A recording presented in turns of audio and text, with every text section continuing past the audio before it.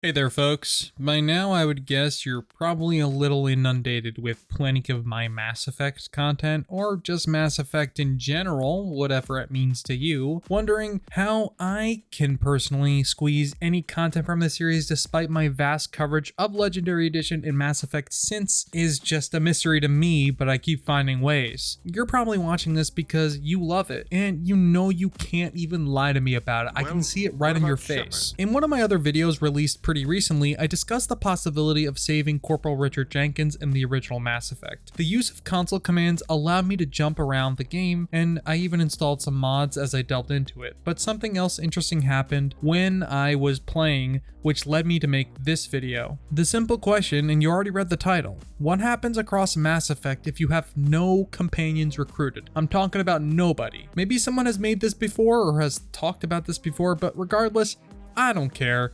We're going to talk about it, and I'm going to give you my findings. Now, I want to be perfectly clear right from the jump. Kaden is always in the party, no matter what. Even if you start the game up, jump to the end game via console commands, you always have Kaden recruited. That cannot be changed. Or I guess you could change it if you were really into the weaves of the console commands or with mods, but I'm not doing all that. Now, while you do start the game with Jenkins, he is scheduled to die at some point in the beginning, eliminating him as a choice of party member for you off the jump. So what do I mean when I say you don't recruit anyone technically in Mass Effect? Well, I discovered this when I jumped ahead to Vermeier when the Mako lands on the planet. You only have one choice for your party here. And of course we have the reincarnated spirit of Jenkins as a Commander Shepard. Then again, if you jump to the Citadel Tower, you only have, you guessed it, Kaden with you. It had me go back through a handful of sequences and see exactly how this game handles the fact that you're not recruiting anybody in the game. The results are a bit weird and honestly pretty funny. I mean, we are kind of breaking the game in a way, but it's funny to sometimes dive into this stuff with the unbelievable power of the console commands on PC. But first, ladies and gents, a word from our sponsors.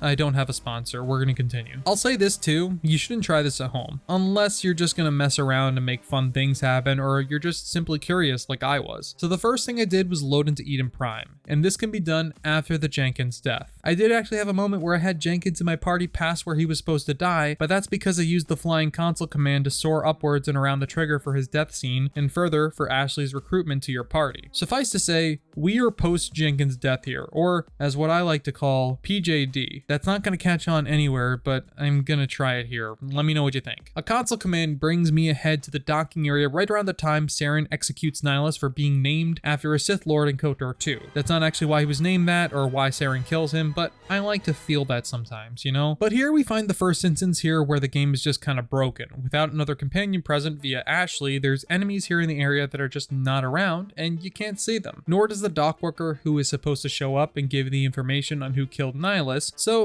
you're just kind of at a loss. You can't even interact with Nihilus. Funny enough, I walked around a little bit and at some point our dock worker, Pal, does just show up, but he just stands there and you can't interact with him at all or even progress the game. So that was pretty funny. What is supposed to happen here is that Powell shows up, tells you that Saren killed Nihilus, and then tells you that Saren and the Geth went to the spaceport. And then you fight Geth on the way to the tram to get there. It's all hunky-dory. Or as hunky-dory as the impending destruction of a colony can be. But instead, you just run aimlessly, hoping you can find a point where the game triggers another scene of some kind, but now you just have this open runway with no enemies, and you can't even interact with the tram to move forward. Then when you get to the spaceport via console command, since we can't interact with anything, we find Saren, who enacts his horribly designed plot to blow up an entire colony with 4 charges that are placed very close together.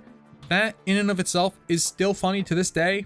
Even for a 2007 game where the very obvious limitations on these things or how they can be shown, it makes me smile. But the Geth here don't attack really, they just kind of don't know what to do. They're like, huh, what's going on here? Who are even you? And you're like, I'm the main character, and they don't even know that. They're just not functioning properly. So it just ends up being target practice with live ammo and live targets as well. We'll disable the charges and then you're golden. So you interact with the beacon, and usually what happens here is that the character opposite Shepard's chosen sex will get sucked in by it. And for here, it's supposed to be Ashley since we're playing as a male Shepard. But since we didn't recruit Ashley technically, any of her dialogue she would have is just not being played, and the empty void is just filled by the scene playing out as normally but without Ashley present, and then it has Shepard jump and grab the air and then toss the air to the side. Now, I think this is probably one of the funniest discoveries I could have made in this game, and it really did have me laughing out loud at just how ridiculous it looked all put together.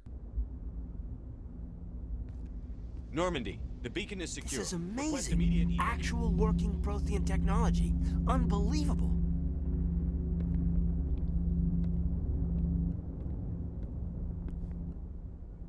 Roger, Normandy. Standing by.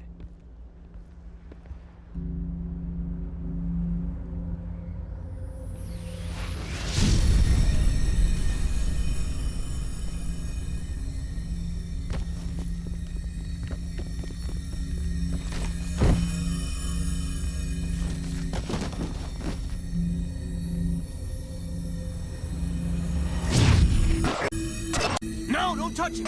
Too dangerous.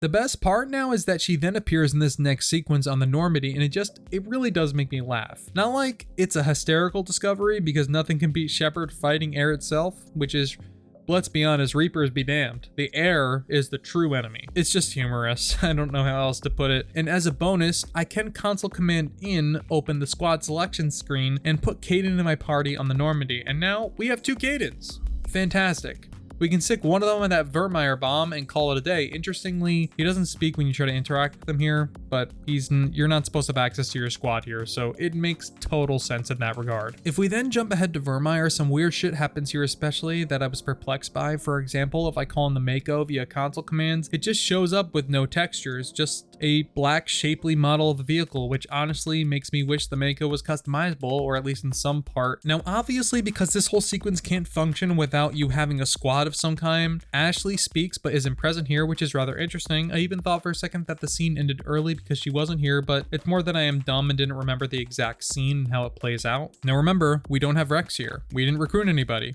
so we don't even have to bother having that conversation with him about the facility and the genophage cure. My favorite thing in this scene is that the shots that are framed up, since normally you're supposed to have 2 companions here, but the only one here is Kaden, so it's just funny to see these shots framed up in a specific way, like it's meant for 2 people, but you just see Kaden in a massive gap next to him. Also, very obviously, Shepard doesn't know who to look at here, so he just kind of continuously looks at Kaden even when Ashley's dialogue plays out for the duration of the scene.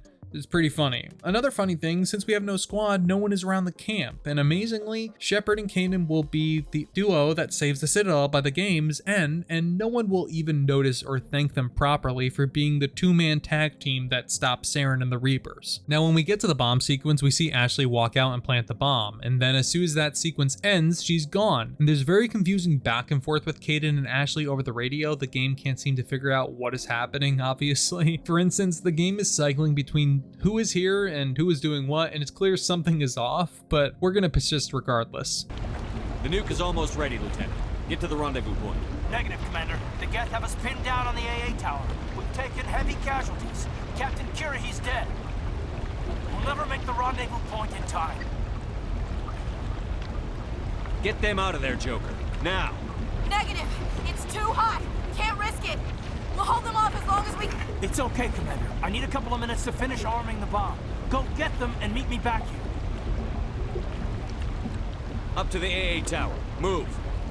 And this is where we just can't continue the game without using console commands to jump forward. The scene where you just have to make the difficult choice of who lives and dies is just never triggered because all you have is Kaden. Remember that. We only ever have Kaden in our party. The scene where you have to make that difficult choice just does not exist. There is no difficult choice because it's all well and good, but nobody's with you, so how'd you even accomplish this mission? So what I do here is just head to the next section where something notable happens because I'll be honest, I don't really know what else to do. Approaching Ilos at the end of Mass Effect or towards the end, we see the result of Mass Effect not really conceptualizing this scene without your squad, so what it does is that it just fills in your squad here. However, Kaden is very obviously broken since his mouth just doesn't move here despite his body language. It's honestly gotten so weird at this point, but I just love this all so much. It's just so funny. I never would have thought by breaking Mass Effect in this way that I would get so much enjoyment out of it, but just watching the game just try and continue forward and try and keep the game moving is just really interesting to me. It's interesting to see how much small things can just cause sequences to break or just not trigger entirely, or force the game to kind of brute force its way through into continuing by just giving every character you were supposed to have here in speaking a role. There's 2 final little sequences I want to note here that were interesting to me. We have one which was the end game at Citadel Tower. And again, it's just you and Kaden. Nothing new here if you've been following along. Everything will play out like normal, except obviously with one less squad member. And look, since I have been using cheats to the high heavens for this video, of course I'm going to use the Paragon charm at the end and get out of this boss fight here with Saren. I never really found it to be that engaging or fun either way, so I have no qualms with skipping it. Honestly, I can't tell you the last time I actually fought Saren at the end during this phase. Okay, so we get into the end here, and this is where Shepard takes control of the station and is able to decide whether to save the council or not. Now, you're supposed to have 2 squad members here, and depending on the slot, they express opposing viewpoints, and that happens a few times in Mass Effect. Kaden here is by himself, so again, he just kind of gives you one opinion and then immediately contradicts himself with the other. It's honestly pretty fucking funny. You can't sacrifice human lives to save the Council. What have they ever done for us? This is bigger than humanity. Sovereign's a threat to every organic species in the galaxy. Exactly. We can't throw away reinforcements trying to save the Council. We have to hold them back until the Citadel arms open up and our fleet can go after Sovereign. What's the order, Commander? And if I didn't know any better, I would think Kaden is like in a death spiral. At least his programming is. He's confused by what is going on and why I decided to just break the game and him. I didn't bring this up earlier despite it coming earlier in the story, but Novaria is also a good example. When you have the Rachni Queen, you are presented with this choice. Again, you have Kaden there by himself, and he gives you both options back to back. It's really funny to watch play out. Commander, those tanks on her enclosure, they're acid. Strong enough to dissolve any living creature. They must have installed them for a reason. Commander, there's some old grudges in the galaxy. Grudges humans should stay out of. If we kill her, we kill the entire race. I didn't test this, but this is likely what would also happen if you were doing the mission on Pharos and deciding whether to save the colonists or not. You'd have Kaden there by himself, expressing, again, both viewpoints. With the Rachni Queen, it's especially funny because he's arguing for genocide of a species. At the same time, he's then saying, maybe don't do that. It's just, it's really funny to watch. You just gotta watch it for yourself. Lastly, I'll just point one thing out. Mass Effect 1 has an incredible ending, and the only thing that can undermine it is the fact that we are missing a squad mate for what is a real-time cinematic. So both squad members are being lifted up by the Alliance or CSEC crews, and they're supposed to be defeated looking, believing Shepard to be dead, only for our boy to rise from the ashes, rise from the rubble, with a heavy smirk on his face like, yeah, I beat that motherfucker's ass, what's next? But if you haven't noticed, backtracking a bit, we see them pick up Kaden, you know, our boy, and then the ghost of your non-existent party member. It's just a great show of what happens when the game needs to proceed because you hit the sequence triggers, but it's not all there in the grand design of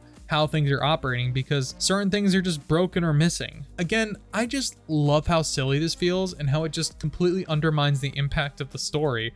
I've played the original Mass Effect, I can't tell you how many times, like maybe 30 or 40 times over the years. And I'm not even gonna pretend that I care that I broke up the story here because I've played it so many times. The vanilla game is just so special to me, so why not try something different all these years later and try to break the fucking game, which I think I almost did. Finally, thank you for joining me on this suitably weird ride of a video, and I appreciate you getting this far. Again, you know how special these games are to me, and so seeing it in this way really just gave me another level of enjoyment I wasn't anticipating. I hope you enjoyed seeing what happens if you don't recruit anybody in Mass Effect 1, besides Kaden obviously, and whatever you do next, I hope you'll at least comment your thoughts and let me know what you think, or if you'll even consider subscribing if you like the video or content at all. I'm glad you watched it anyway, and I'll certainly see some of you in the next video, I hope. Maybe not literally, but definitely figuratively. I'll feel you in my heart. Thanks for watching. I'll talk to you all later.